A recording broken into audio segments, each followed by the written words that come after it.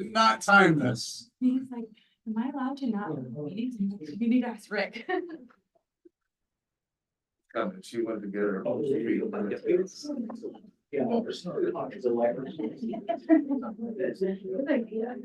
son's 21st birthday, yeah. Great graduation last night. Quick. Okay,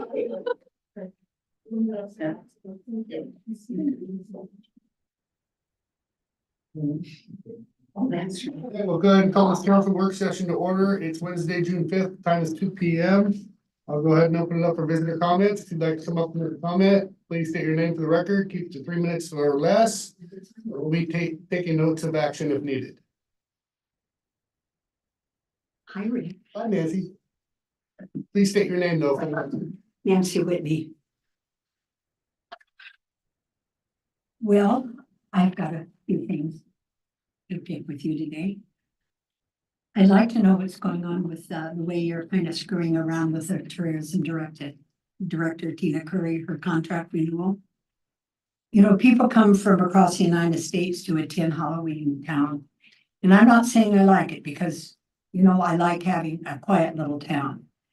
But E2C has brought more money into this city than any of you or previous councils have brought to the city.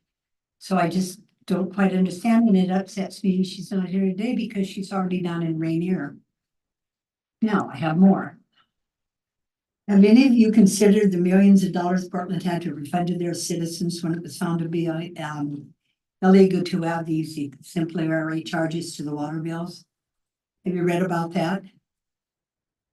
And I mean, it was true, they hired an attorney and anyway, I'd also like to know if you're planning to add the additional $35 to our water bills before or after you, your possible reelection. And finally, I'm highly offended that council is considering eliminating public input at all meetings. You're the highest paid city council in the state of Oregon. And you don't even want to listen to the people that pay your bills? Thanks. Just so you know, on the public comment piece, we discussed just moving it to the evening session. So we could actually get on with our work session because we have staff and attorneys that are waiting. Well, I'm 85 and I'm usually in bed by the time you're eating. Well, you can see our agenda, the way it works out here. We have a descriptive and like today, we have a very large probably visitor comment coming up.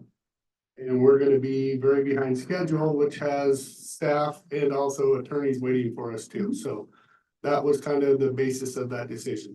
Who would like to speak? Hello. Hi there. I always use prepared remarks, so forgive me. My name is Margaret Trenchard Smith. I live at 29232 Huber Road, Scappoose, Oregon. In fact, in Chapman, equidistant between St. Helens and Scappoose. Today, I'm authorized to speak on behalf of the board of the Noontime Kiwanis Club of St. Helens, of which I'm president-elect for the coming year.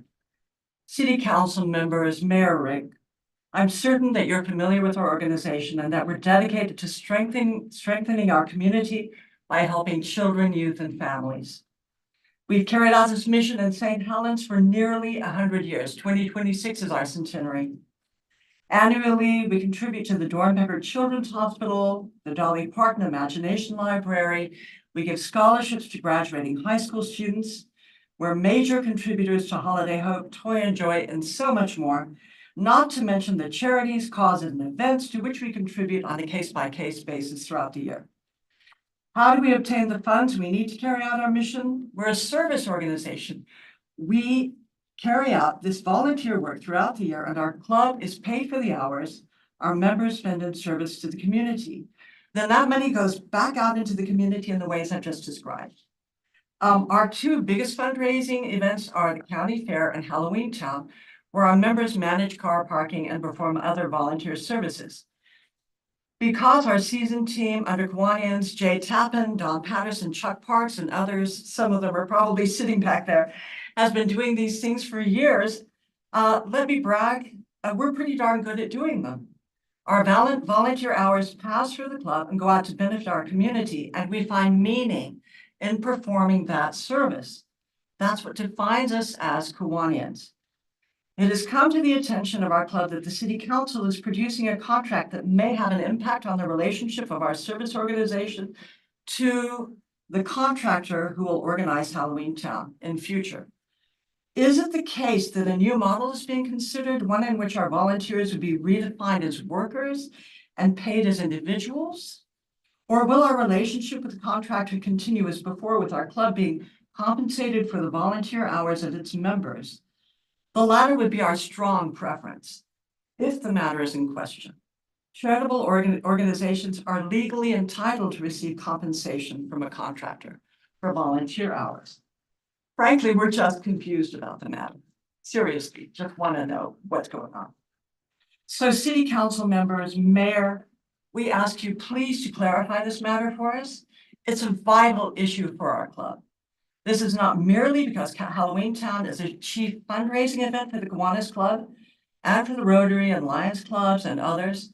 Vital though that is, it's really comprises more than half our annual club income. It is also, Just go ahead. yeah, sorry. Keep going. No, I. Keep going, I'm almost done. Speaking for all the. questions. Almost done, I promise. We should get through. It's also because service is at the core of our ethos and identity. We would not wish for our members to be paid as individuals. If that's being discussed, we'd find it absurd for a number of reasons. First, it would burden Kiwanians who carried out such work to go to the trouble of then contributing the funds to their club, money that currently passes to the club automatically. Money so earned would add to the tax burden of those workers as individuals. So the ones who are most active would be the most penalized for it. It would be inefficient. And there's something harder to define, and even more important, it would be a departure from the values of the club that this club's held for nearly a century. So please bring us into this discussion and explain in clear terms the implications of the proposed contract, since it affects our club directly.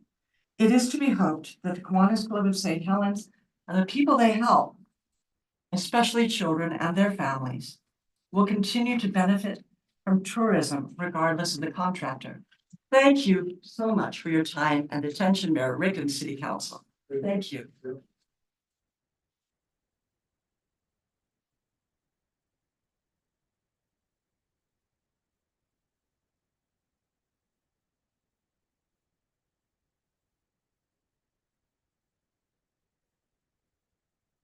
My name is Ron Fromos. Truth could be harsh and truth and facts matter. May 1st, 2024, council appears in a decision situation, abandonment of the Pittsburgh Road or using an alternate reservoir site. Test holes drilled to disclose chlorine at the Pittsburgh site. 2 million gallon reservoir has been empty since October of 2019. December 27th, a question was posed to the city: is the 2.5 million gallon reservoir leaking? This requires an answer, a yes or no, not a no comment. Chlorine exposure has implications for the reservoir's placement site. 7 years ago, I was told the 2 million gallon reservoir was not leaking. This proved false. I am now seeing the same scenario. May 1st, 2024, update to the City Council was a description of the conditions for siting the placement of the 2 million gallon reservoir. Placement conditions seem to be confusion and indecisiveness. Muhammad stated the 1924 reservoir has reached its shelf life. Portland's Mount Tabor has 3 reservoirs constructed in 1894 to 1911. Muhammad and Sharon seem to possess information not available to the council when asking for guidance and direction. This has been a case of the council not being in a loop of information. This was noticeable when the council was given an update of Emery and Son on being told you are not involved in this. This brings awareness for continuing the Pittsburgh site or an alternative. The council is now learning the problems kept hidden and the cost of years of delays for resource reservoir replacement. Muhammad give a statement. You have your answer, council children. I thought this was a disrespectful comment for the council members serving their community. The council, having no money, must secure $10 million in grants. John Walsh has leadership administration failure. He has had years to prepare for this sequence. This needs to change. Those people issuing grants need to read and review the history of the 2 million-gallon reservoir. It appears the city of St. Helens is completing the design and shelving plans for construction until acquiring $10 million in grants. The city should not be requiring grants for operation of the city. This delay of time has led to increasing costs. The years of delays and poor administration with extremely poor timing. July 12th, 2023, Emery and Sons proposal cost $4.2 million, increased to $9 million by May 1st, 2024. The city had $400,000 budgeted for this. What's missing is honesty and transparency. The person who has been here since the 2016 W-4049 rehabilitation contract is the city administrator. John Walsh hasn't acknowledged that the city is requiring grants of $10 million for the reservoir replacement. Thank you.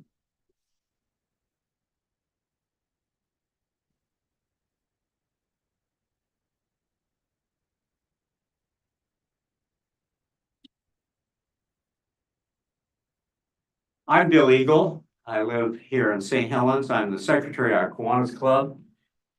First off, I think you all are worth what you earn.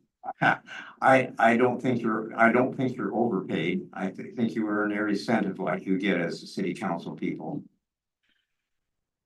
What I want to say though is that the money that we get from our help in Halloween Town all goes to the community.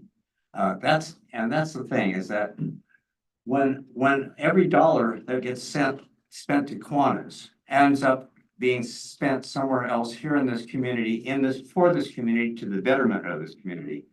And I want you to know that our goals are really the same. You people want to help St. Helens, and so do we. And I'm hoping that will still be included on Halloween Town.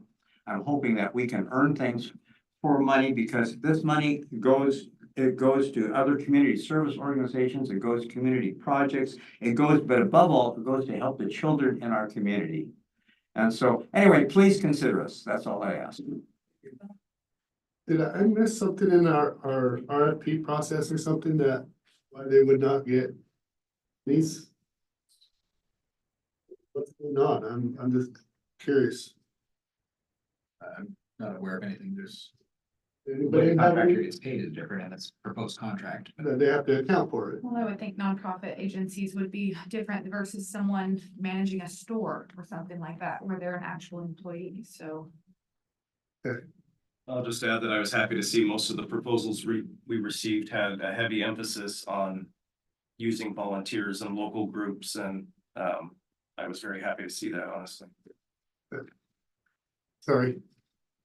I just kind of wanted to add on to that. My name is Julie Pelletier. I perform at the St. Helens, with the Witches of St. Helens dance at Halloween Town. And we are in extreme support of keeping Tina and her business professional. I back her completely. A little bit of my background is I was on the fair board from December of 2019 to February of 2023, the last half as president. And we have the same with the Kiwanis. They're volunteers, but we also give them money. They're not an employee, and it works the best. I know a lot of people don't understand that, but that's what we do too. We've done it for years and years with Jay and the Kiwanis. They save our butts. But that being said, knowing everything that goes on with the planning, the pre-planning and everything, I completely support Tina and the way that she handles things, and she's on the up and up.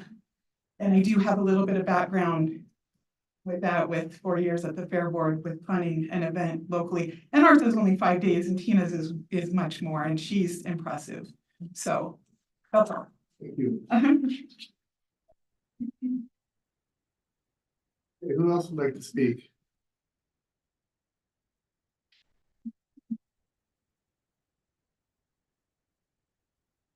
Brady Prian. First of all, I'd like to address the issue of public comment. You want to stop it during these meetings. The people that come, contrary to what you said, at the noon are not necessarily the ones that come at night.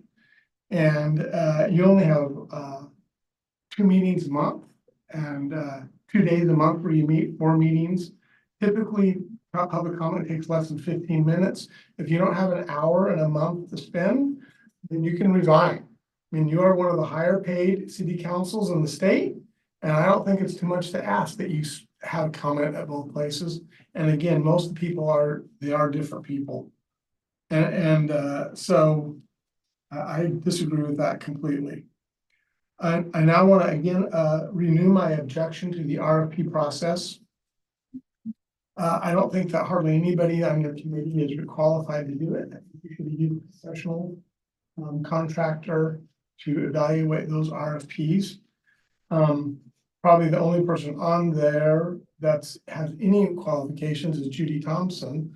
But still, I question all of your ability to fairly evaluate and know what the RFP needs to be done. In addition, you have one person, Jeannie Gilbert, that is completely disqualified. Jeannie Gilbert has posted on social media about Tina Curry, saying things like, the objections with E2C are you're purposely turning a blind eye. And this person is maybe a party planner. And that she should not have it. We deserve a professional. No matter who you think you are or what you know, there's no one that can say that Tina Curry did not do a good job. Her obsession with Miss Curry extended to the fact that she followed her to Rainier, wrote a letter to the city of Rainier, where she also stated that, oh, you shouldn't be here either. The mayor then responded to her publicly and said things that, this was just a permit to use the park, was not a contract, they were not being paid. She then objected to that and asked for those comments to be removed. I'm going to give you those screenshots. I have a copy for each of you, and I want it made part of the public record and included in the minutes, because anyone that would then allow Ms. Gilbert to be part of the selection process shows me that this is clearly not a fair process. And you probably didn't know. I mean, I assume that you did not know about those comments. And I forgive you for that, but you should have known, frankly. But now that you do know, you need to withdraw the application. And should you fail to do that, then the council needs to rule that this person in particular, with the comments that she has made, is unfit to be on that committee and should never have been selected. And if you do leave her there, you are looking at probably litigation, because there's no one that thinks that that's going to be a fair process. So yeah, I'll give you a copy so you can. Most importantly, make sure Kathy gets one of those. Yes, I will do that.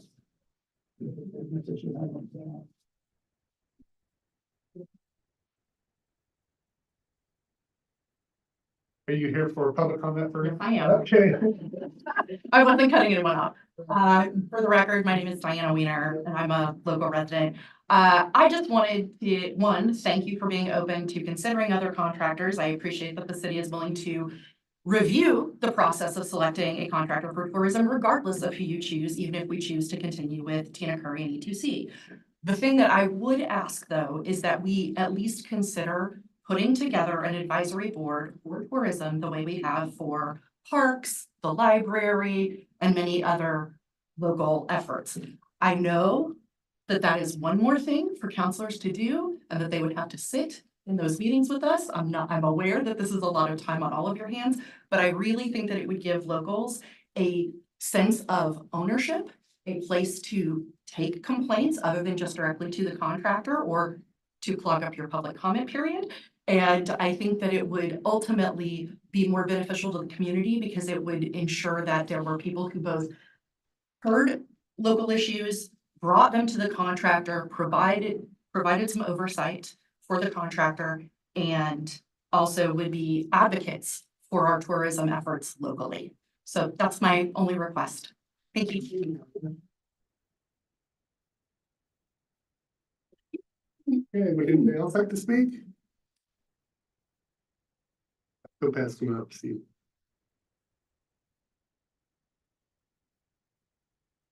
Steve Topaz, continuing my Let's Remember campaign. I mean, a lot of this has to do, as has been pointed out, with the amount of time the public has to do with communication. Topaz, in writing, gave the recorder an item he wanted on the agenda. This is when I was a city councilman, the first part of my thing. It was not posted. Topaz presented his item when he had his turn to report as councilman, and the mayor yelled at him, reminding him that he should give a request to this presentation to the recorder be put on the agenda. It was pointed out that had been done. The recorder was questioned at that point and did not answer, was questioned or asked again, and finally said yes, Topaz had given her the sheet, and John Walsh and the recorder decided not to put it on the agenda. Further on, featuring Councilor Topaz, 3 councilors agreed, or needed to agree to have him post anything on the agenda. That means this requirement requires a quorum to post an agenda item. Having a quorum without a public meeting is an illegal under state law. And basically with Topaz and the 3 other people, there's only 1 person missing plus the public. The council should remove the 2 certified recorders. Each had taken an oath to follow state law, and that has been violated when they reviewed both the item Councilor Topaz wanted, and they also failed to inform the council of this requirement in the censure process. And they also, he has never received a written reason for the censure. Councilor Chilton remarked to the mayor on one of these meetings that she had forgot to post something on the agenda and would have to wait. The mayor replied that she could put it on during her remarks. We have a 2-stage thing. Now, things I've learned about this agenda failure. Kathy and John set the agenda. The mayor is not informed of all administrative actions. Topaz was not informed that his request was denied before the meeting. Councilors are not required or not allowed to represent citizens, and that goes to this time of presentation. The council does not back city council, fellow council members against the administration, and the administration does not follow the charter.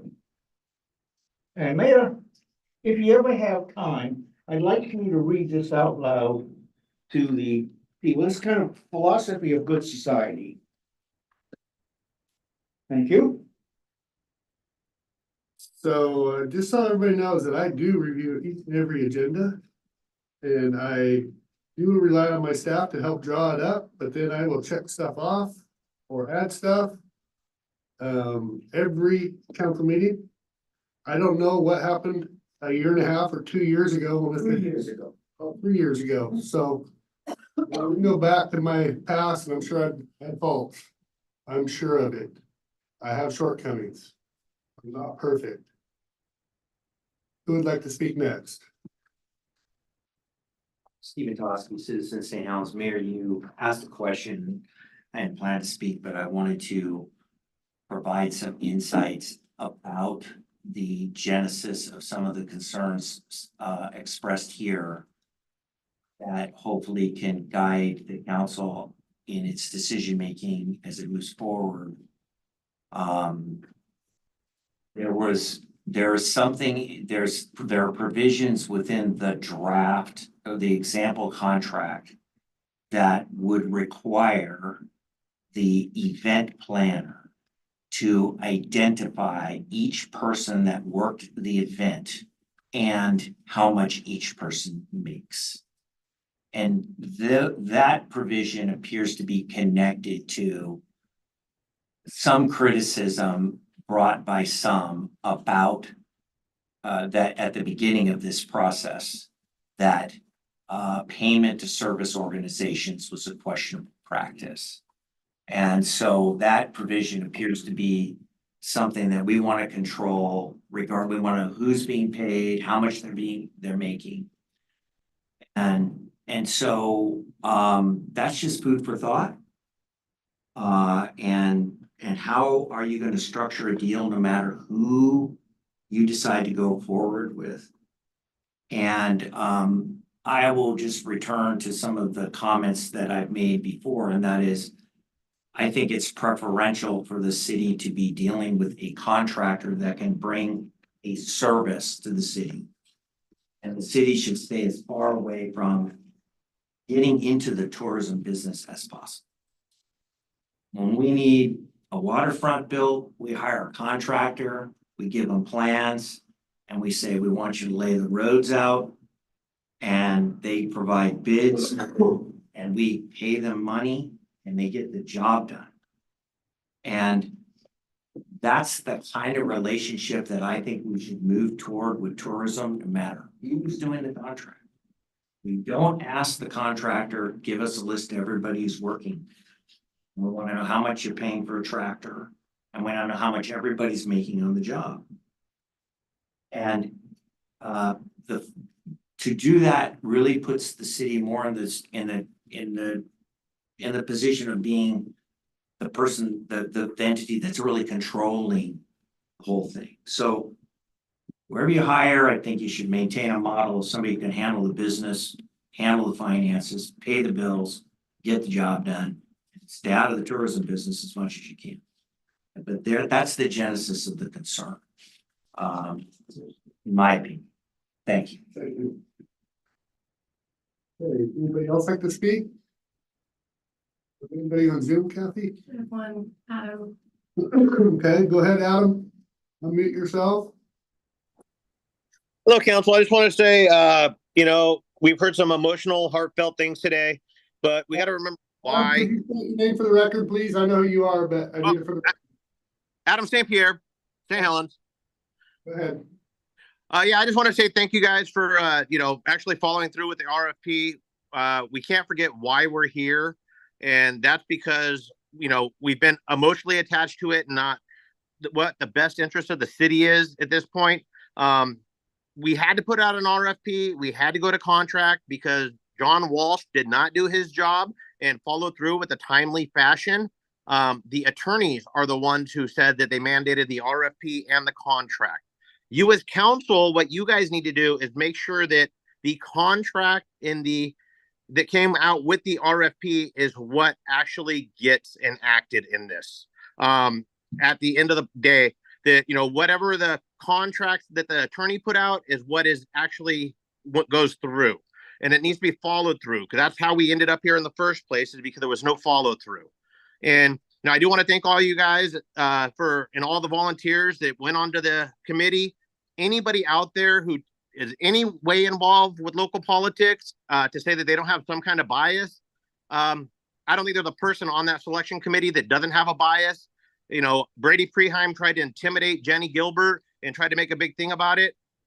Every person on that committee has some kind of bias. And if you don't, then you aren't really paying attention to what's going on in city politics.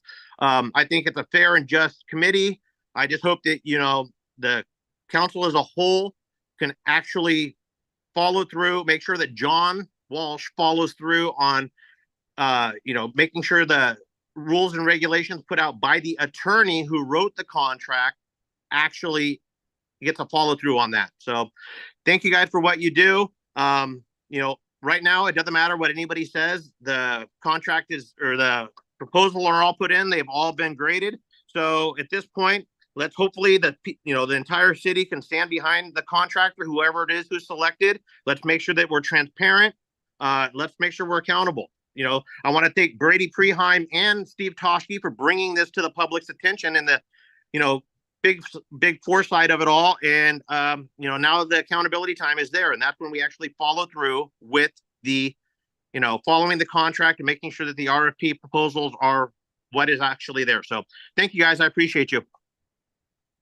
Thank you. Anything else?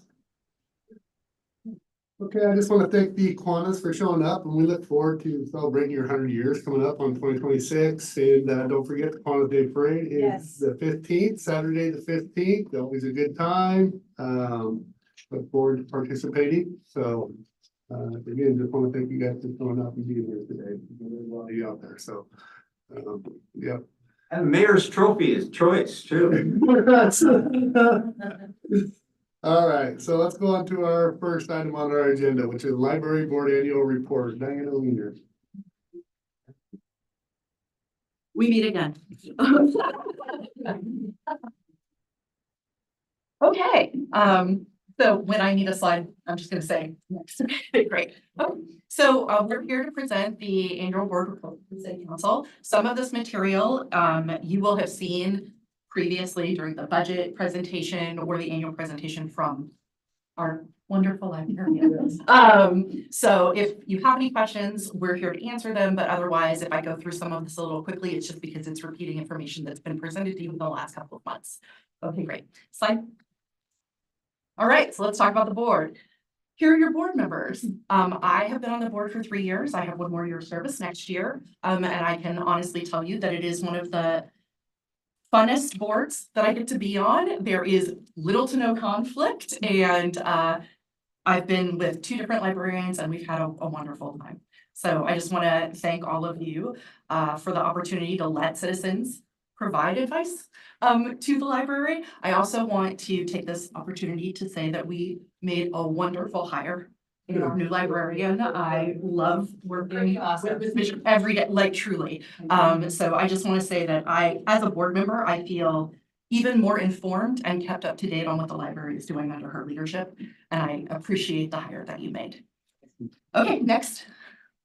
So let's talk about the strategic plan.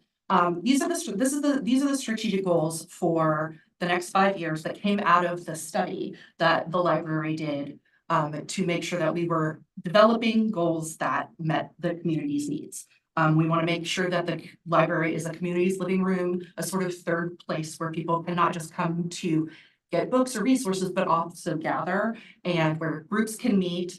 We want to engage the community in lifelong learning, whether that's starting when you're a very small child and people coming to the TOTS reading events, or people in the ukulele club who also come to check out a book.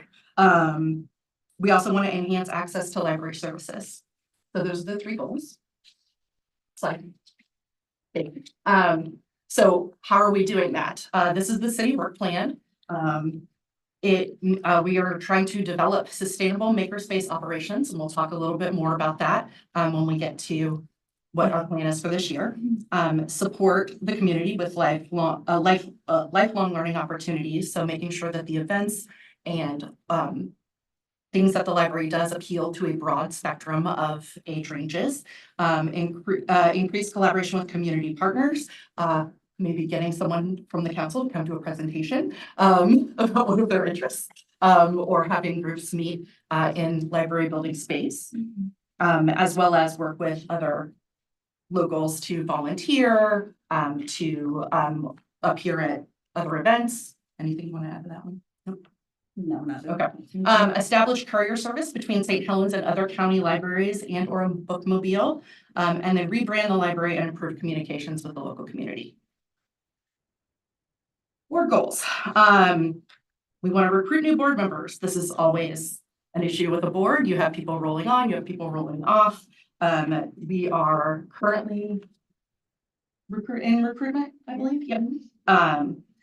And maintaining an active board. So making sure that the board members who are available are there, showing up for meetings, doing volunteer work, providing feedback and guidance to the library, encouraging community members to use the library's many services and resources. So being an advocate for the library within our local community, advocating for the library for funding, for use, for participation in programs, helping to reinvigorate the makerspace, and communicating the goals and services to the community at large.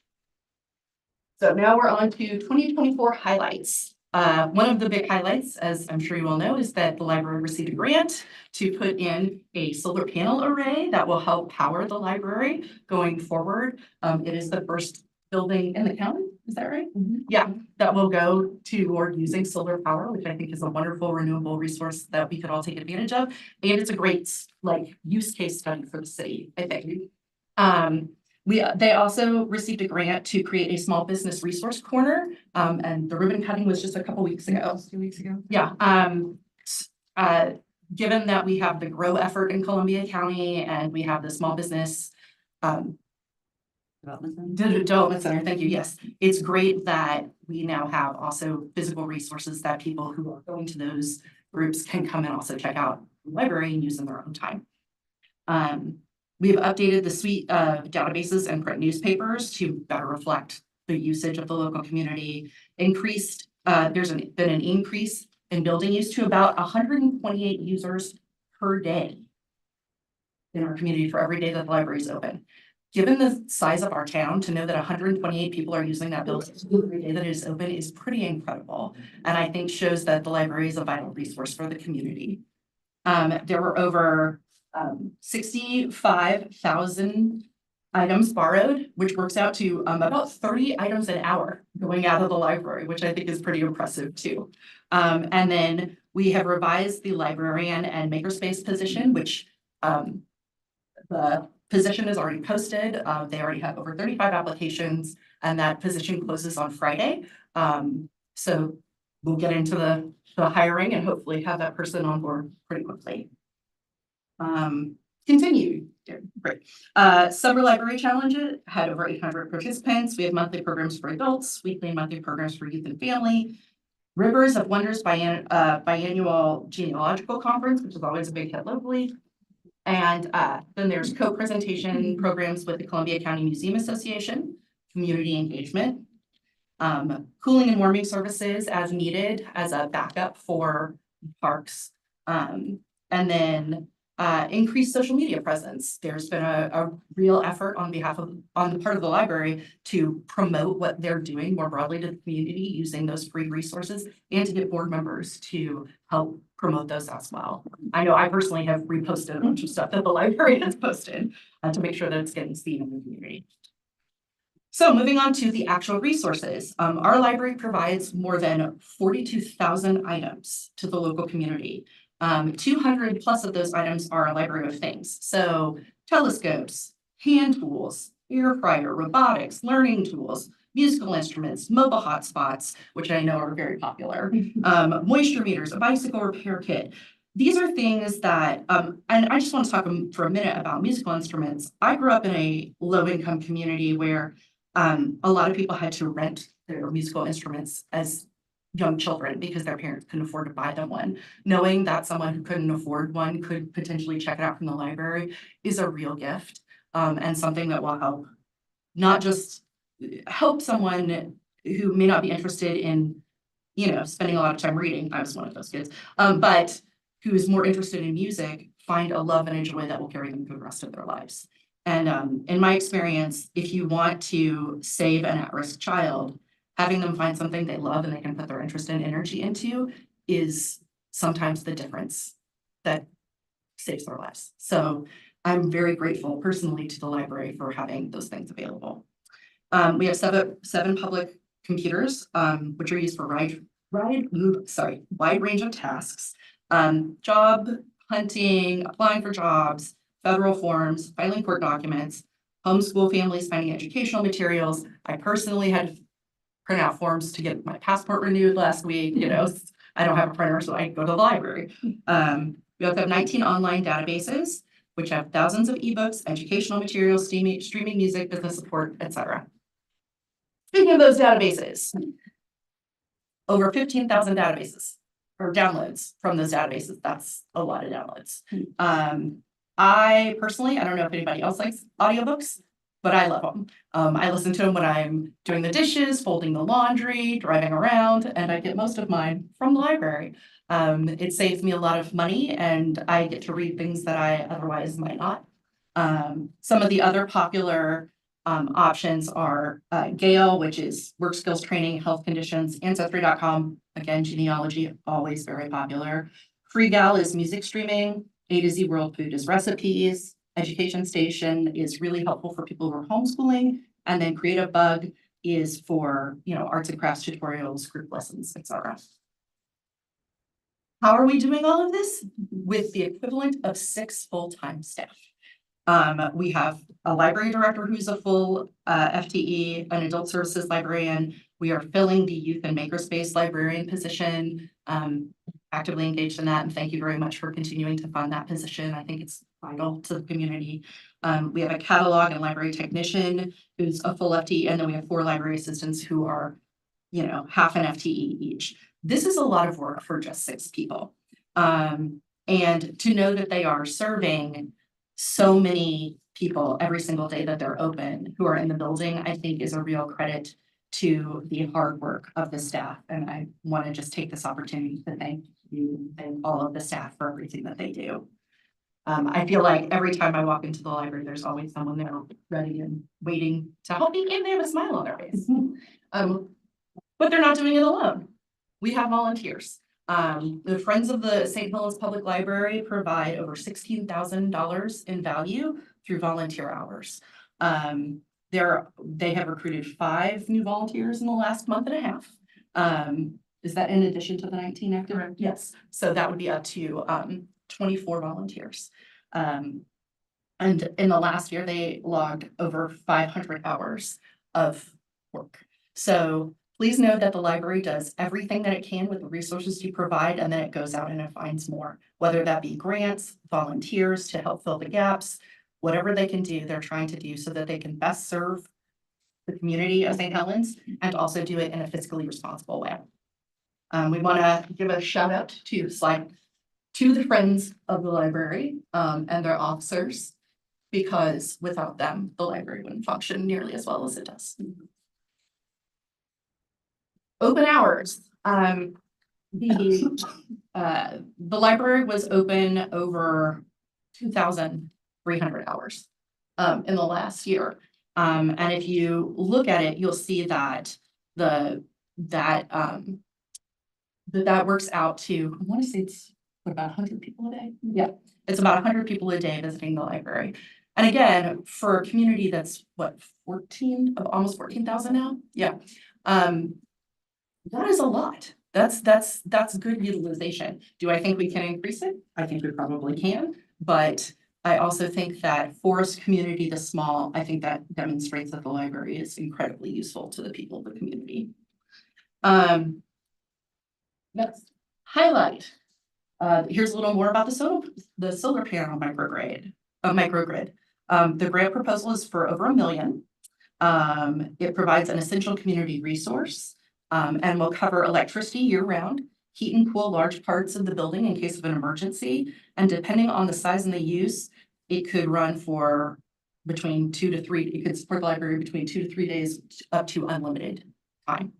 So I think that's also going to reduce the operating costs for the library significantly, which is more money that we can put into serving the community. On to the year ahead. So the year ahead had a modest budget increase of approximately 15%.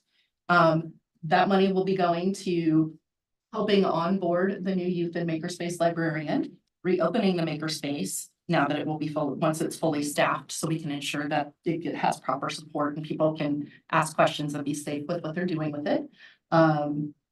Do facilities maintenance. Provide new and updated printed materials, replace printed materials that are used so frequently that they get pretty beat up. And also expand the library of things and then fund projects and programs. Great. Here's some behind the scenes images for you of the library staff hard at work, doing everything from vacuuming the little rug to replacing the filing cabinet that the microfiche of local history is in, to helping inventory and reshelf local books. There's a few additional pieces in here. They just outline the strategic plan. This material was presented to you previously, but I provided it just in case you wanted to review. Questions?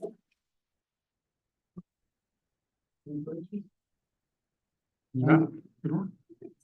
I know there's a lot going on over there. Yeah. So, It is, but it's really fun. And your presentation just perfect in exactly 15 minutes of following my timeline. I try to be fast to leave time for questions. It's got some tough shoes to follow in. Thank you very much.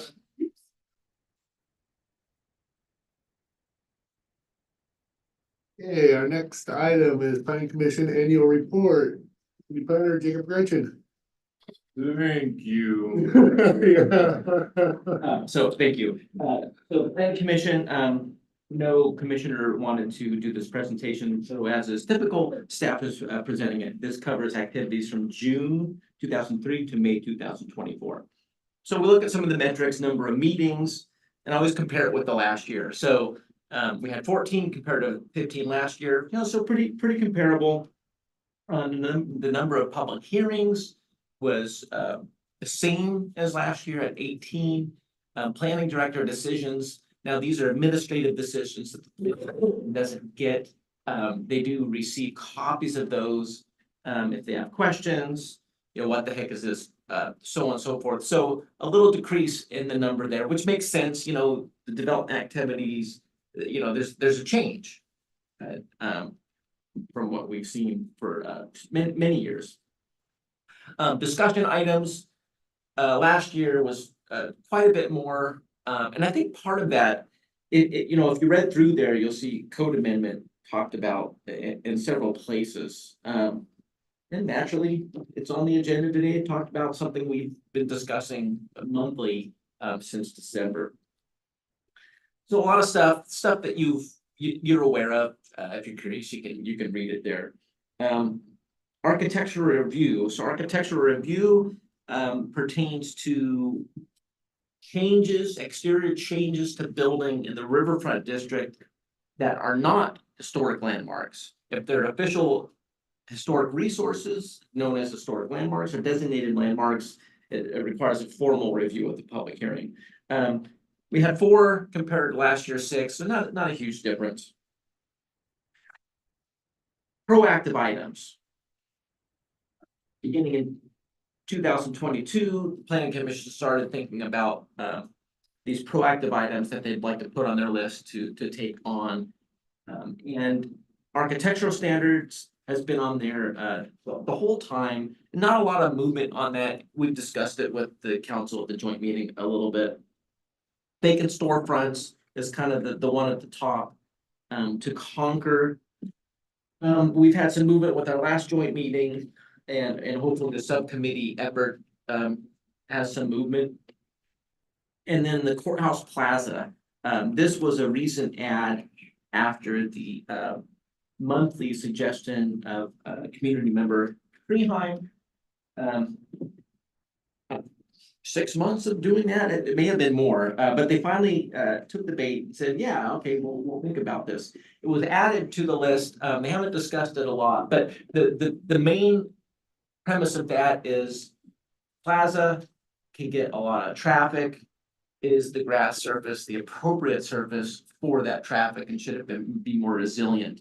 And it brings a lot of questions, because if we look at the plaza as it was historically designed, it has an X shape within there, and that has been lost. And so there's restoring that. What do you do with the trees?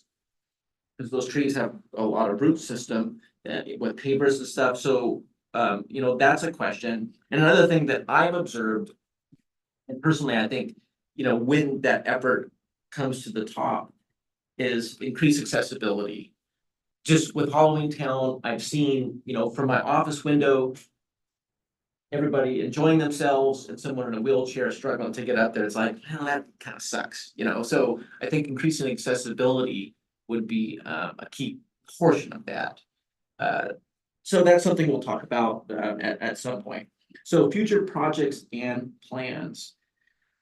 Other than the vacant storefront active item, we'll see if those other proactive items get any traction in the next year. And then the Planning Commission will help us with our economic opportunities analysis efforts, which are underway, our transportation systems plan effort, which is kind of behind the scenes, but may be underway later on in the year. And then the Oregon Community Paths Grant, that's the future trail planning between Scappoose and St. Helens. So the final question, what can the council do to support the commission?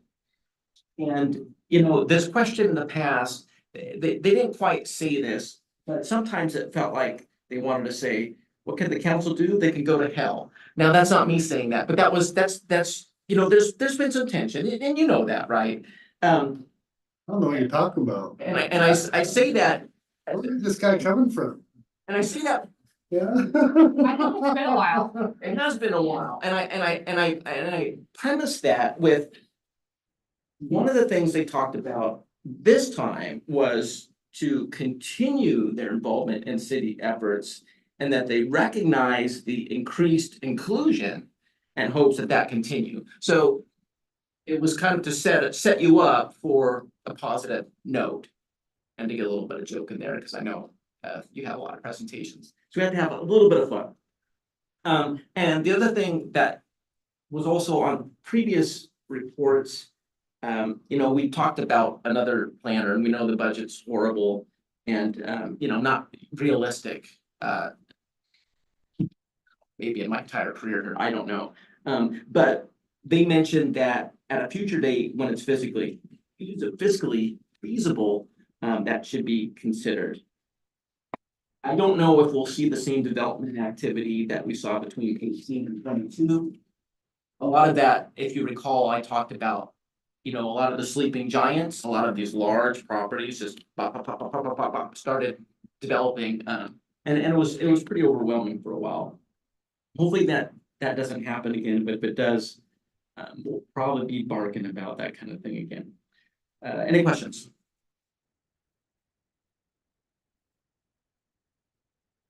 Oh, you're ahead of schedule, so let's go on to the next one. All right, so fee schedules. We periodically update this. This time we're looking at a 3.6% increase for most of the fees. That's based on the Western Consumer Price Index from the last time we updated it in October of 2022. Now, I'll note in October of 22, that was probably the biggest increase I've seen at 8% because of the inflation rate was super high at the time. So now it's a lot more modest. We try to do these, well, we don't want the fee schedule to be more than 2 years old. And we've been able to maintain that since 2011. This is something that would be effective July 1st in time for the new fiscal year. And given the budget, we felt it was appropriate to take care of it. So this is the resolution 2013 on your regular session tonight. And this, we just wanted to take this opportunity to help explain what's going on to you. So I want to describe briefly the fee items that are different than the roughly 3.5% increase. So first of all, historic resource review. Historic resource review is not a common application. You know, some years we have 0, a lot of times we have 1 or 2. This year we're actually at 3. And what that is when someone has a designated landmark, one of our officially recognized historic properties, usually buildings, but the plaza is one of those. It's not a building. They propose an alteration, a physical exterior change, then it requires this historic resource review by the Historic Landmarks Commission. And, you know, okay, public hearing, we have to push paper, there's a fee associated with that. For a long time, it was dirt cheap. So currently it's $61. And basically the city is subsidizing the expense for those. And the concept is you're not punishing someone for having an historic landmark, because you know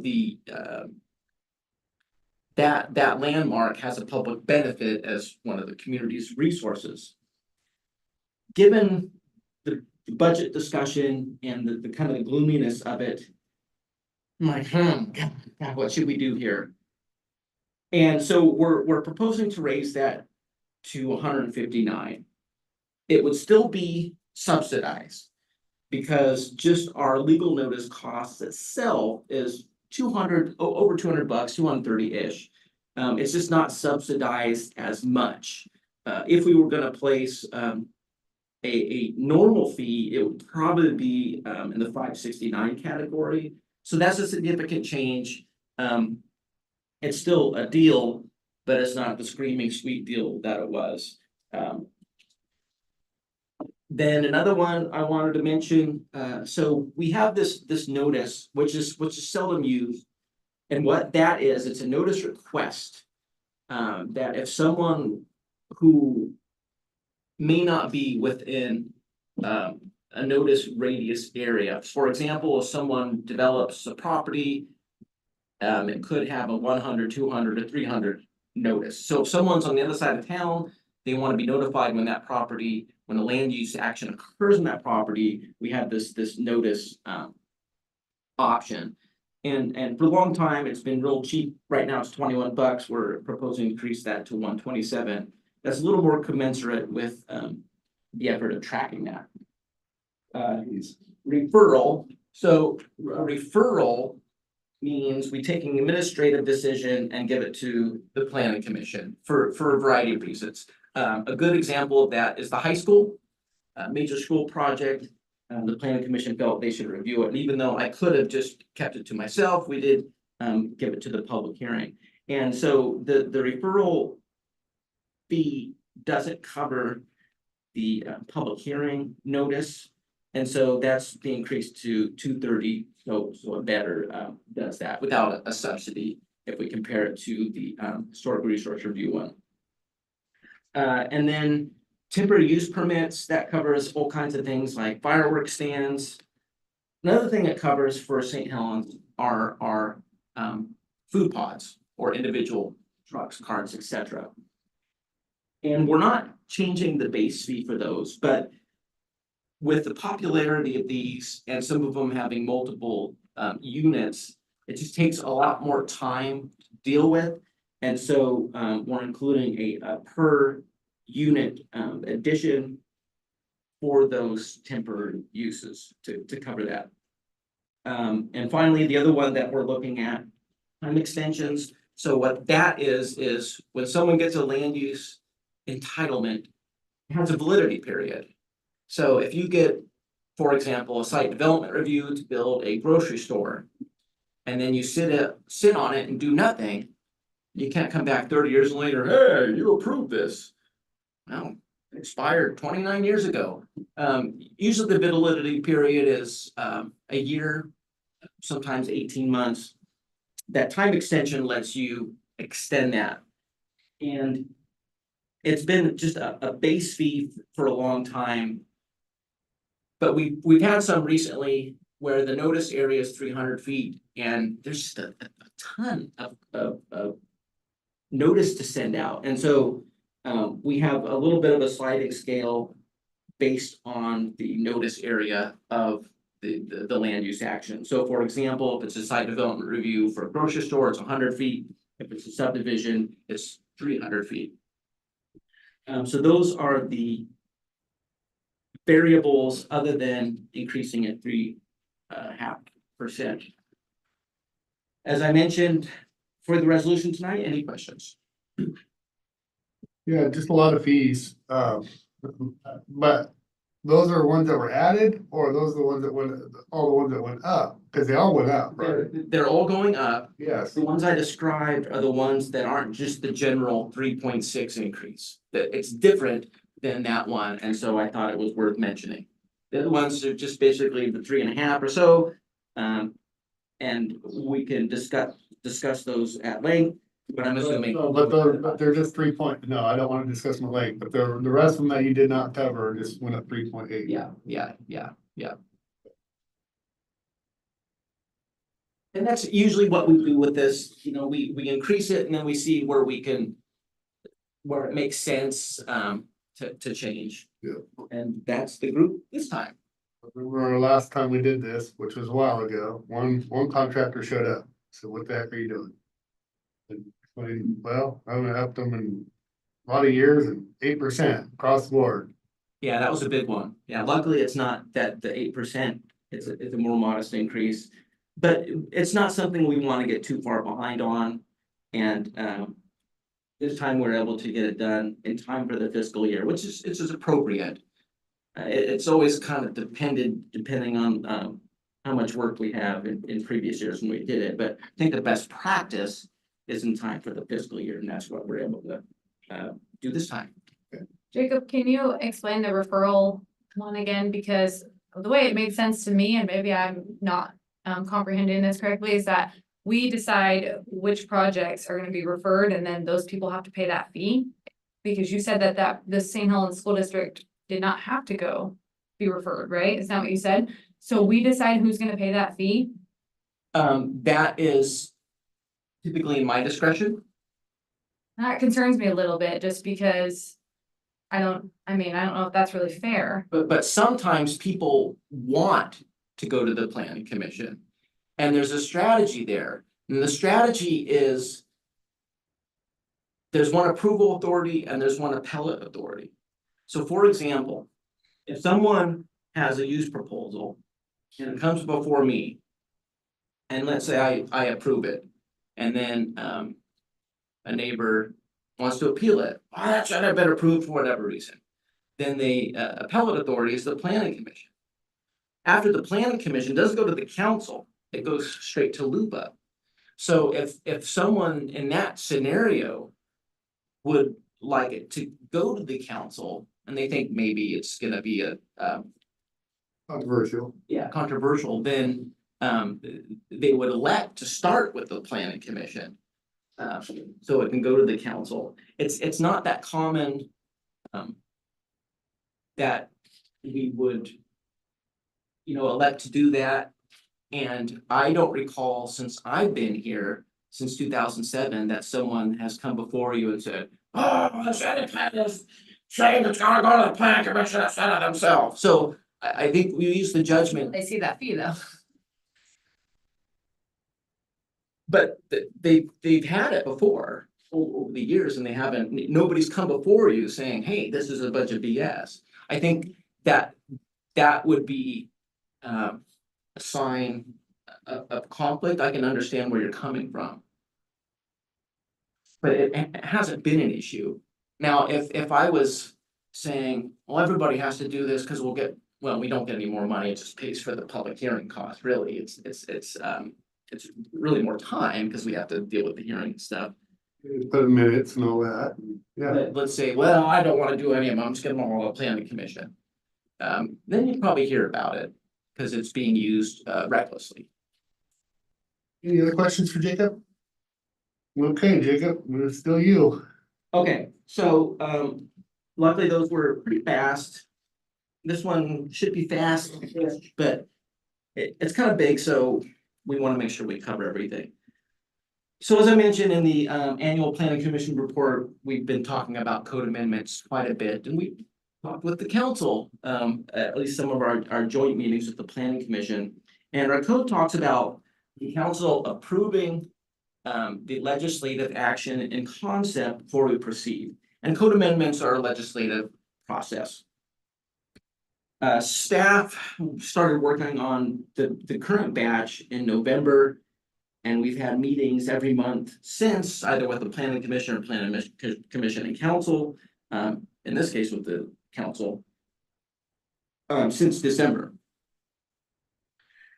And so we are at the point for a lot of it, and I kind of explained why I threw those words in there to go forth with this. Now, I'll mention that we're approving the concept. The actual text does not need to be in on the agenda, but since we had it prepared, we put it in there because we're not trying to hide anything.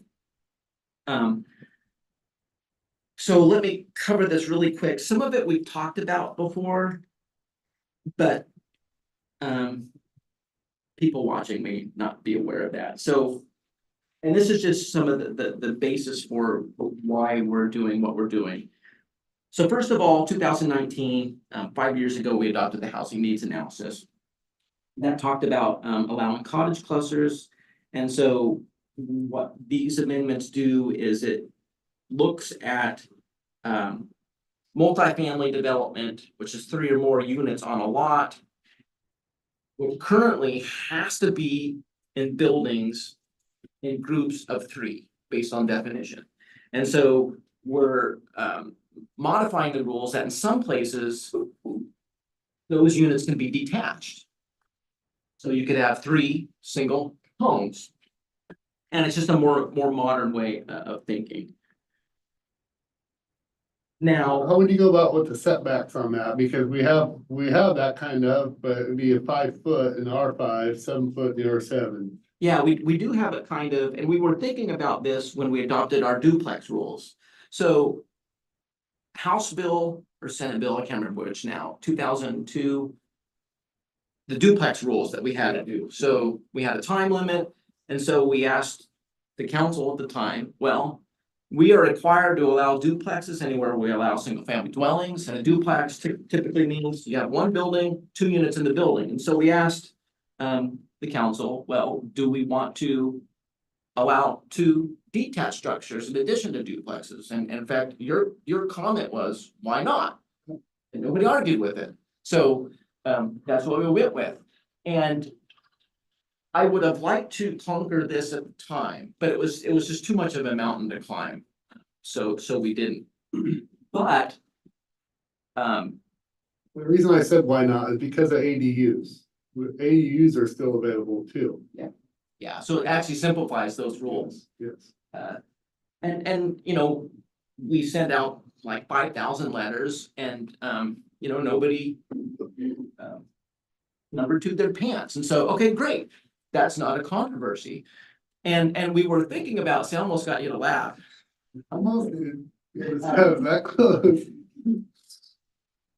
So thinking about, we knew we wanted to do this eventually. And we kind of planted the seed with those duplex rules. Yeah, okay. We have our conventional yard or setback requirements from the perimeter of a property. So we included a distance between buildings standard, knowing that that would directly apply to what we're doing now. So some of that's in place. We have what we call an interior yard distance between buildings, which varies depending on the zone. So it's covered. And that makes it easy. We just determine where it can be detached and attached, and those rules just. Realistically, you could put probably maybe 6 little houses on a R5, it's the bigger R5 lot. Yeah. At 5 feet apart. Yeah. And it's still, I think it's 5 or 6, I can't remember which for R5. And it's not necessarily the most efficient, but what it does is if someone has a larger lot with a house on it, it means they can put potentially a triplex or another house. And the rules don't just say no. So it opens up opportunities to develop, which we're gonna need as, you know, we have less large properties to subdivide. And it's about facilitating infill development to get units where we can. And anybody listening, I don't want you freaking out thinking we're gonna be Portland, because Jacob always makes sure that there has to be parking spaces in those places. They have 1.5 per unit. For one bedroom, yeah. 1 bedroom. Yeah. That's 1.5 spots per unit. So just want, anybody who's watching thinking, oh, great, we're gonna be dense. Well, it's also the Yeah. infrastructure issues too. Yeah. Because each one of those units requires water and electricity. Yep. So, which, as we know, is a city problem right now, so. That concerns me, you know, I mean, I do think we're gonna get there, but I don't see it, I don't anticipate it happening very soon. And, you know, when we adopt these rules, it's not like we're gonna have a tidal wave of those proposals. But it's about modernizing our code. As We haven't, we've had ADUs pass. No tidal wave. We thought for sure that people were gonna do planned developments around ADUs. We almost were assured of it when those first came out. Because of the SBC costs that you could actually save in that. That's the difference. You don't get service development charges with ADUs, you only get 1. And then you can split that sewer. It's shared, and I don't know how that works. I know Michael doesn't like it, but he can't deny that on an ADU. Yeah, party line is okay. Now, I'm not the building official. No, So it's dangerous. That just dawned on me. That just dawned on me. Disclaimer, but That just dawned on me. you are correct. Yes. Two dwellings on a lot could have a party line, Yeah. share a water meter. Yeah. SDCs are based on the water meter. So, yeah. Yes, yes. But the usage is still there. But we didn't see an A lot of increase. people, So I you know. with that, we didn't see an increase in that in our duplex laws. Yeah. We didn't see an increase in that either. Well, I hope we don't see an increase for a while we get everything up to date. Yes. We're doing really good, Jacob. Let's get back on. Sorry. Yeah, now, No, it's fine. Now, in Rick's open-mindedness on these kind of things, when we talked about this at the joint meeting in March. You had the idea of, well, why not? Because we talked about single room occupancies. Which is a sleeping room that does not necessarily have everything that makes it a dwelling unit. Dwelling unit means complete and independent cooking, sanitation, sleeping, living, the whole shebang. So if you don't have a restroom and or kitchen, it's a single room occupancy. And I'm gonna talk about that in a second, but one of your thoughts was, well, why don't we apply that to the cottage cluster scenario? And in talking to our building official about it, you have energy code to deal with. So there's potential additional construction costs, and then accessibility would still matter to a building that may have the kitchen and or restroom facility. So that the planning commission thought it was unlikely someone would use that provision. And it does kind of complicate how we do the amendments, and so that wasn't included. But since you mentioned it, at least wanted to talk about it and just make sure nobody's. I think like you go to an RV spot, they have basically 3 shower stalls that and you could add a kitchen to it. One of these cottage clusters that was shared, if done right, you can have Penny come in twice a week and clean up everything, and they're nice and quaint. I think that's just a cost that's not necessary. That's why I thought of that.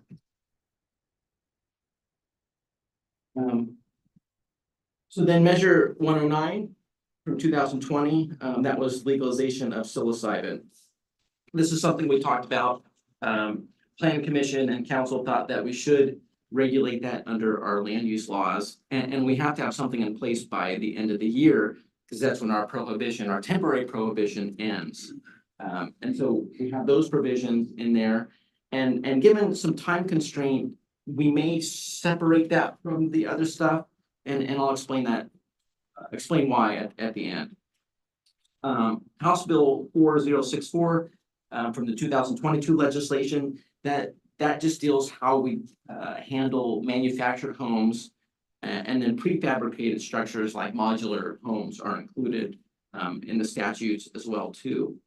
So one good example of what that means is we can no longer prohibit single wides within city limits. For a long time, cities have been able to do that manufactured homes have to be multi-sectional, certain minimum area. We can't do that anymore. So we're just aligning our code with the manufactured home rules. So that's another thing. House Bill 3109 from the 2021 legislation, that just deals with childcare facilities. And it basically makes childcare facilities easier outside of residential areas. For a long time, they were somewhat untouchable in dwellings. And now the ease on childcare is expanding to some non-residential areas, and so we're simply trying to align our laws with those rules. Another thing we're doing is we're re-examining some of our validity periods. I mentioned this earlier, where we have a land use permit, it's approved, and then it's valid for a certain amount of time. Something we discussed with the Planning Commission, there's a chart in there that talks about what we're changing. One thing we didn't talk about before with you is we're looking at our plan development overlays, and so the plan development allows flexibility in development, typically a residential subdivision. And it's an overlay zone that is adopted, and then it just floats on the zoning map until you use it. And some of these are pretty old and kind of out of context with the current situation. And a good example of that is the one at the block property that the city has. There's planned development overlay over a portion of that because of what was owned at the time. And so it wouldn't make sense to just be over a portion. There's not a lot of those, but what we're talking about is a 10-year time period for those to be used before it expires and goes away. 10 years is, Bluff has a planned development on it, is that what I heard you say? yeah, I think from the mid-2000s, but only over a portion of it. Yeah, I was gonna leave out that wetland and be a pinnacle of rock, correct? Well, it had to do with what was owned. And so, well, All right. it's hard to explain. So that's something we hadn't talked about at a joint meeting before, so just wanted to mention that. House Bill 4064 from the 2023 legislation, that's what adds single room occupancies to the list of what's called needed housing. Basically means we need to pay attention to it and be somewhat nice to it. And so anywhere that allows single family dwellings, we have to allow the single room occupancy type use and in multifamily. So we've included that stuff in there. We have a variety of housekeeping and scrivener error things. The one thing I wanted to mention here, which is a newer addition. So we have this rule that says, so when you build initially, there are certain setback requirements you have to meet, as well as a maximum lot coverage. So that's the maximum area you can cover with buildings and structures. And recently, we had an example where someone put in the real estate listing that the deck wasn't built, they were getting an occupancy and then build the deck immediately after to take advantage of the setback reduction. So let me explain this. So if you have a home that's been there for a while and you come in for an addition, our code allows a 20% reduction to the setback. And the idea is that, okay, you've had a building that's been there for a long time, you want to remodel and do something, there should be some flexibility to allow that, especially if the building's been there a long time. And using it immediately after occupancy doesn't really meet the intent, even though it doesn't say you can't do that. And so we're proposing a 5-year delay before that can be used. I don't like it. I don't like it because I think 40% is still not enough. That's just me. When you look at Portland and what they have going on, yeah, you're still requiring all the parking. You're still requiring the setbacks for parking, the setbacks for the house. I just don't like it. That's my personal opinion. The person owns a chunk of land, and if they meet all the requirements, they should be able to use that land what benefits them the most, especially when you're paying $100,000 a lot. This is approving the concept. If the council wants to just take that out, we can. We just felt like it was too open for abuse, and especially if someone saw that in the listing, it makes it messy. I get that, but if they're willing to do that, that's on them. I mean, most people won't. Yeah. I just think 5 years is way too long. You get a young, ambitious couple in there who had no intent on trying to screw the city, and they want to build a big deck, they deserve to build a big deck. Yeah, we talked about the time a bit with the planning commission, and that's, and the number can change, we still have we're not approving the specifics. We'll still have the public hearings and all that stuff, and that number can change through the legislative process. At least let them know. I don't know the rest of the council how they feel about it, but that's You make my- sense to me what my you're saying, opinion on it. so. I'm highly against it. I'm not trying to go against them. I just think the scenario I put out there. Do you think a year would be more appropriate? No, I don't. I mean, if mom and dad gave me a housewarming present, they give me 10 grand to build a deck, I wanna build a deck. To me, it doesn't make sense why there is a setback. Why is there a requirement of when they can build a deck and when they can't?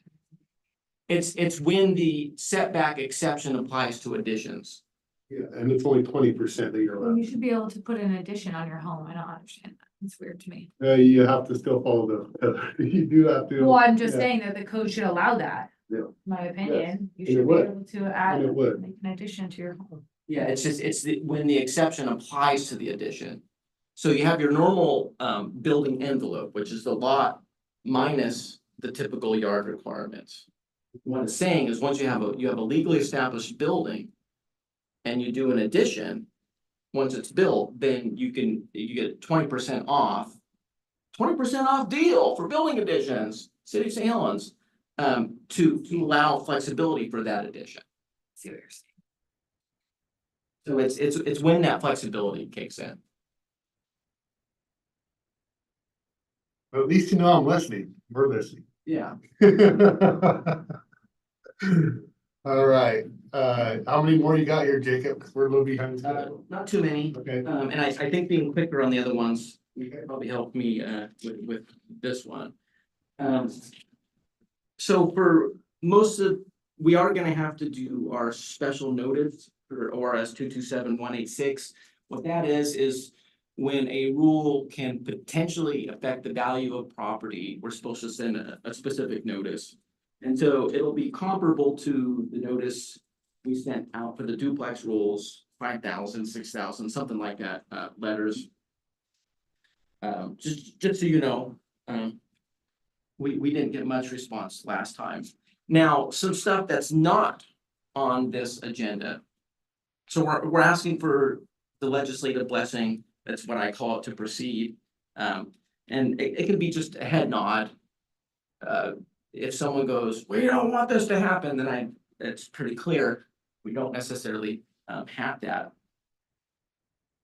But so recently, something came up where we may have some expert help on two items. Oregon Senate Bill 8 from 2021 and House Bill 2916 from 2019. Senate Bill 8 deals with affordable housing on non-residential land. And it's something that must be allowed by government.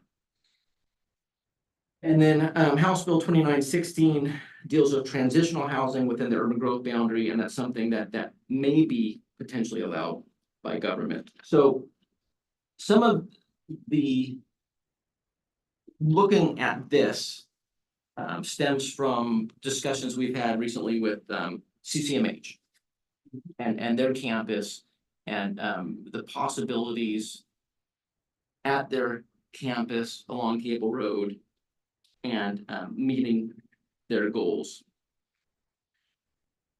And with this help that we can have, we can potentially conquer even more state law with these amendments. But it's a discussion that came up very recently. Obviously, it's not even mentioned in this memo. I'm not sure exactly what it's going to look like. I think it would be unfair for staff to ask you to legislatively bless that. It would probably be something we'd come back for. I think that's only fair to you. But we wanted to let you know that we're gonna look about adding some of that to it.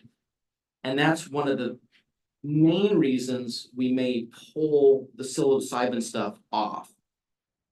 Because for that to be adopted by the end of the year, there's not a whole lot of time left. And we're getting into summer, people are on vacations. It's not necessarily the best time for code amendments. I think it would be good to add it to the bunch, pending all the discussions that we have about it. So I want to at least make you aware of that and then make sure that. And this will be something in the joint meeting that we do, or no? We talked about this a little bit. Yeah, and there's not enough time to have anything substantive for the upcoming joint meeting. Maybe it would apply to the next one. depending on timing. But certainly, we're not gonna Yeah. just go with it without talking to the council about it. So we wanted to make you aware of that, and that's why you may see some of this come before you in the official legislative capacity, but not all of it at once. All right, got it. That's it. All right, thank you, Jacob. Keep up the good work. Lots of moving parts. Yeah, and everything. Well, okay, now we're gonna review proposed utility rate changes. Financial Director Gloria Bush. Good afternoon. Good afternoon. So this, the proposed rate adjustments are for water, sewer and storm. And they are based on the rate study that was performed by Steve Donovan of Donovan Enterprises. He did those in when did he do those? Anyway, it was we're in year 3 of a 5-year plan. And so we'll budget to have a refreshed rate study in fiscal year 2026. So for this year, the total increases between all 3 utilities would be a $3.76 average increase to the average residential utility bill.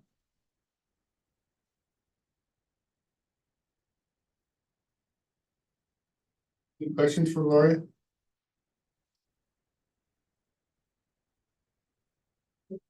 Yeah. I think most of you are familiar with it. I think we had a recap a couple years ago. Only one would be Russ. And Steve Donovan came and gave a presentation. He came back when we did I think our first year with 2 new counselors on the rate increases. They talked about our sewer infrastructure, our master plans too. So this also addresses our master plans for our water, sewer and storm. So that's what the increases are for. Just so you know. Okay, thank you. That was fast. Okay, now we're gonna utility leak adjustment request for 555 Cummins Drive, Forestburg Church, John Walsh. Yeah, this could also be equally as efficient here. And I had hoped to not see some of these. I've seen, talking about not seeing leak adjustments. So here we have yet another one for like that. Time of year, they shouldn't have any more. But this is for the Foursquare Church. They had a leak that was over $1,000, so and they're requesting a write-off of that amount. It comes to council for that approval. It's their normal billing is like $450 a month, and this bill was $2,300. So nonprofit community organization, all the leak repair receipts are in order. For your consideration. Okay. All right, let's go on to the next one, which is discussion regarding proposals received for a special event coordinator and management services. And I know that you have. Yeah, I'm gonna bring the city attorneys in on this. My role with this is criticism that I was too close to the process was basically organize it, get the score sheets out, get the responses back, tally them, and get them to the council. Yep. The council. I shared those score sheets with legal counsel. If they want to come in and talk about that. Yeah, that's we can see what we're saying up there. So Mayor and Council, Matthew Call from our office has been working with Pete Hicks on this. I'm hoping you're able to, looks like you've now elevated Matthew as a participant. So he's the guy who's got the input for you on the status of this. Yeah, good afternoon, Mayor. Good afternoon, Council. The agenda included an item for discussion of the proposals for the special event coordination and management services. It was anticipated that the evaluation process would be complete at this time. We received a copy of some of the materials during the evaluation, and at this time, the evaluation process is not complete. So the evaluation process and committee will be, need to complete their evaluation, and then it will be brought back before council for discussion. Okay, Not complete. what's not complete was asked. It's the scoring of the proposals. Did you guys have a chance to review the score sheets before the process? I don't know if if we saw the score sheets beforehand. But we got some of the materials now, and it looks like we're still in the process of making sure everything is scored in accordance with the provisions of the RFP. Just unfortunate because it would have saved us all a lot of time if we would have had you guys look at them first. I don't know if this is really a matter of the score sheets itself. Okay. So Yeah. Okay, so we want us to go ahead with that process. You'll be in contact with us, John, if anything else needs happen further, or we have a special meeting or what? Yeah, I will. We can't kick this down the road. I totally agree with you. So, we are gonna have a coordinating call after this to understand what exactly the shortcomings are, and we might have to go back out to the evaluation committee, I understand.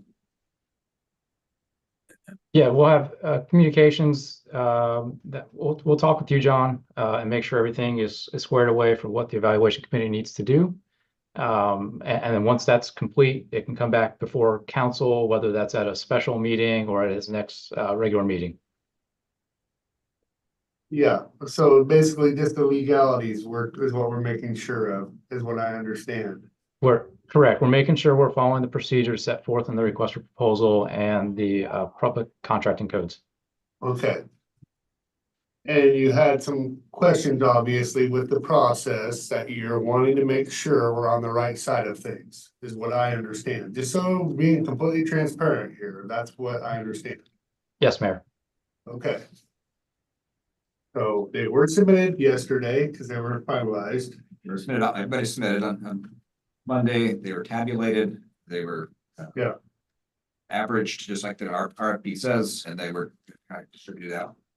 So we, hopefully we'll have information tonight, and if not, we'll plan a special meeting for this, because it's important. Yep. Okay, thank you so much. You're welcome. Okay. All right, so now we're gonna go on to our city administrator report. Tom Walsh. My notes here. Yeah, thank you, Mayor. Just a quick reflection on the public comment earlier today when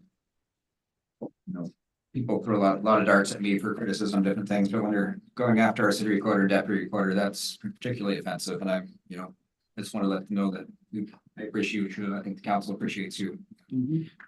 Depend on you immensely. Just really uncalled for. But so there is lots of activity all across the city. We come downtown, there's construction in every direction. There's 3 contractors working downtown. It's really exciting. It's a little bit disruptive, but we're getting through this. The the Strand section here is going to be closing here in the next couple of weeks as soon as the underground utilities get finished up, and they're going to really focus on trying to get that piece done for the summer. So that's really good. We get Citizens Day is coming up. I think the logistics are coming together as well as they can. A lot of people are a little nervous, but we can turn out with 100 plus vendors and all the coordination around that. But the parking lot striped, and we hope to have a shuttle running back and forth for vendors, and things, all the logistics figured out.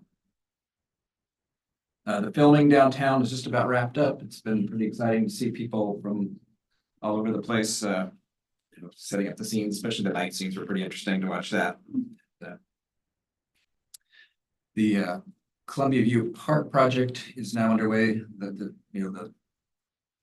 addition to that, the contractors got started on that. Today they did the micro piles between if you go up to the top of the ramp and you look off, pretty easy to imagine.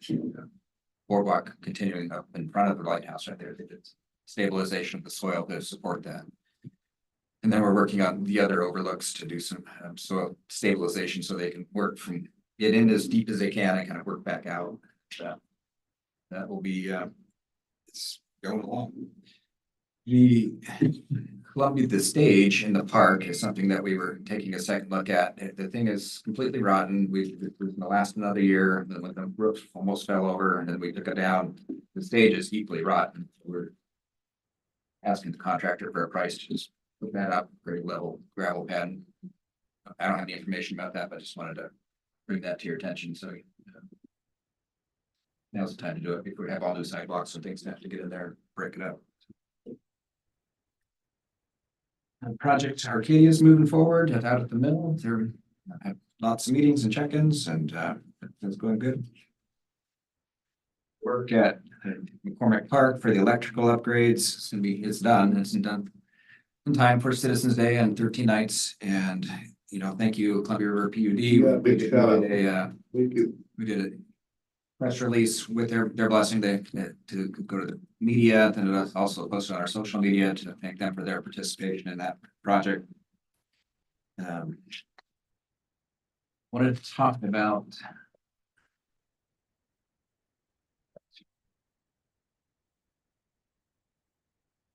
so tonight we have quite a bit on the agenda as far as some big decisions on the budget, having to lose several positions. We're also using one-time revenues to balance the budget. So we're, the loss of the two ARPA funded positions are going to be missed.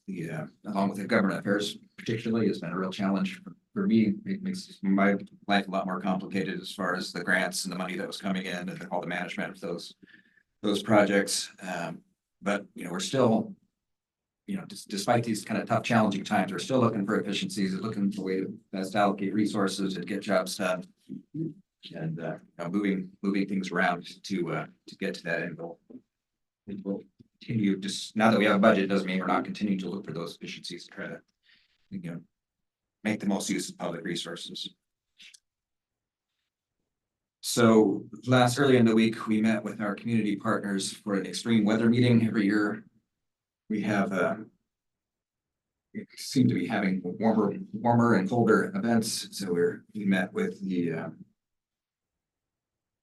County Public Health Emergency Management folks, Dan Brown with CAT, CCMH, all of our community partners, working with the library, with the senior center, and just to respond to people in need and have a plan when we need it, or either for being cold.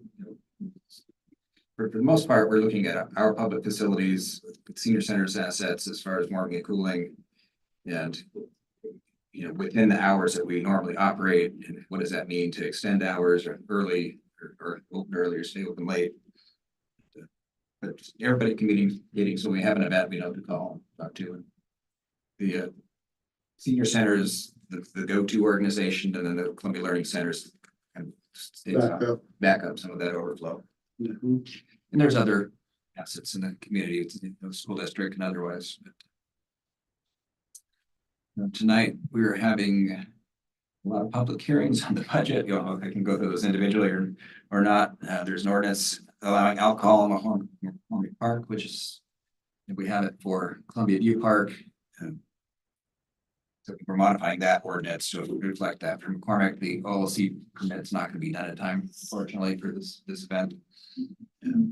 Just because of the timing of this approval and just missing it. But it'll be good for the second one. It's subject to your approval. And then I want to talk about just the governance and oversight of the tourism and event management program, because tourism has come a really long ways. Since 2014, I've been with the city since 2012. We had a tourism committee, and it did some things. It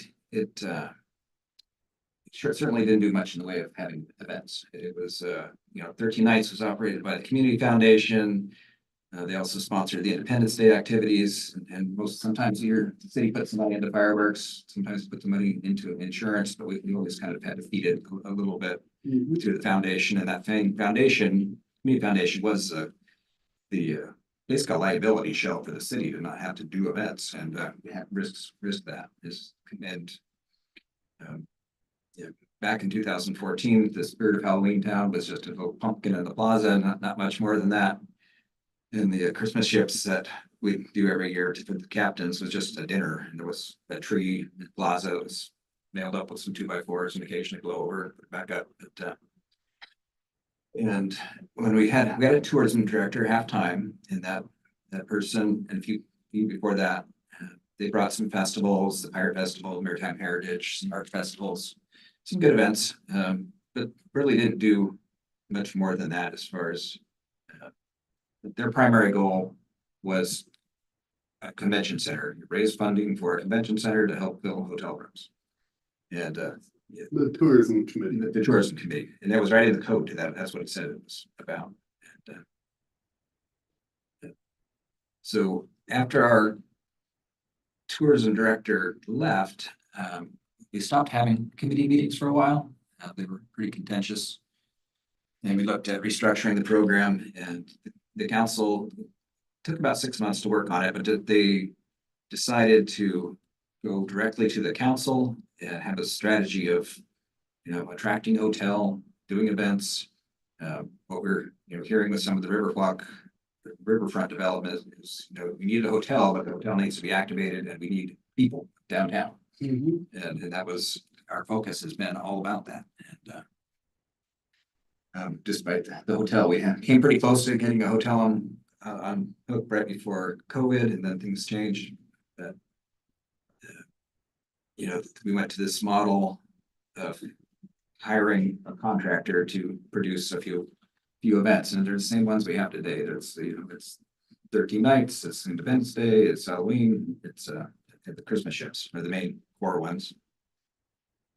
And it started off kind of small and telling a story that everybody knows, but when we in the first years of Halloween, we took a risk. And actually, the first year we said no to Kimberly J. Brown coming back, and then the next year we said, well, maybe we'll take that chance, and we did. And there was more people here than in one day, and just people on the roofs of the buildings and just coming from everywhere. It was it's really amazing.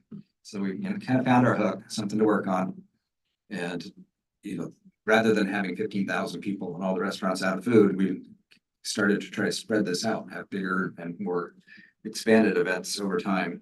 And that helped fund the other programs with Christmas ships. It's a similar growth. It was nothing to begin with, and now we have hundreds of people with Santa and Coco and all the good stuff. And it's really fun to come and experience that. All that to say, it's been kind of been a victim of our own success, and workload just seems to get more and more each year. And I know I'm feeling the pressure, and I think you are too, as a council. And we've heard a comment about reenacting the tourism committee, and that might be worth something the council would want to consider, is to take some of the. Diana's got a big smile on her face out there.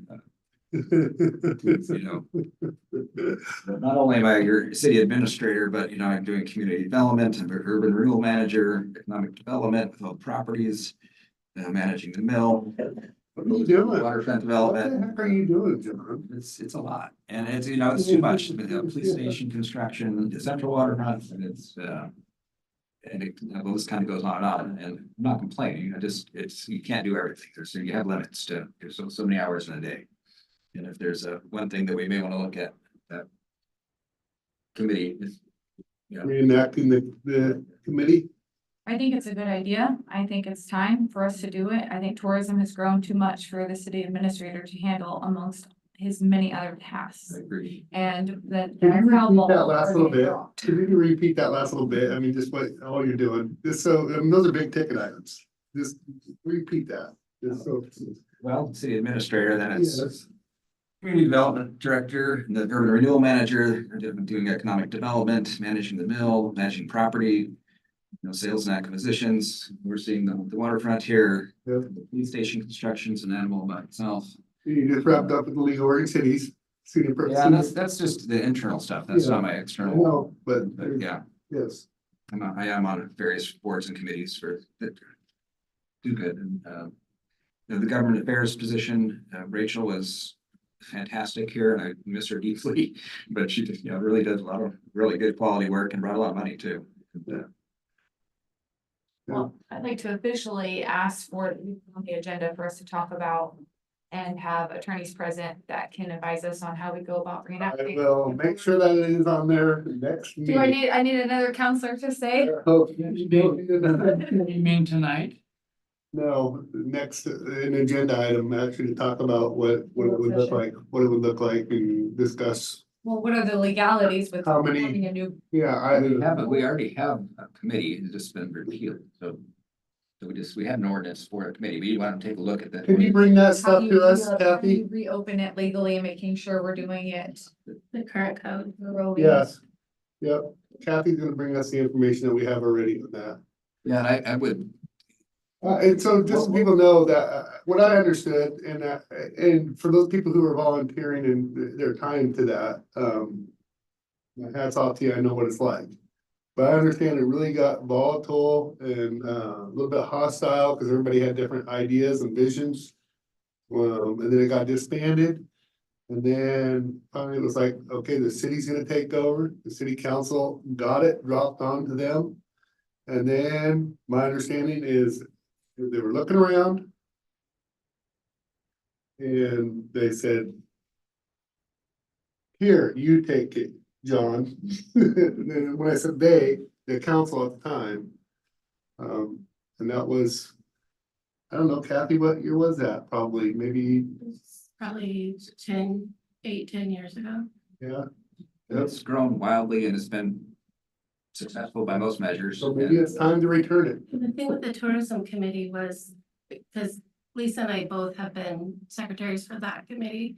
A lot of it was the members were wanting their special interest to be favored. So it was like, it made that infighting worse, you know? Sure. Yeah. Well, that's like any board commission, if I'm just being honest. I've seen them all and they all have a little bit of. If you have that, an so agenda. I think it's about having a really positive leader who can keep everybody on track and keep us focused on, keeping momentum. Yep. Start with what we had and then kind of go from there on the review. Yeah. If you're interested in that. Definitely. All Thank you right, for talking about that, John. yep. Okay, anything else you got? No, that's it. That's it. Okay, well, we're gonna take a 10-minute break, but we're gonna be going into executive session under ORS 1926602E and H. So with that, we are adjourned.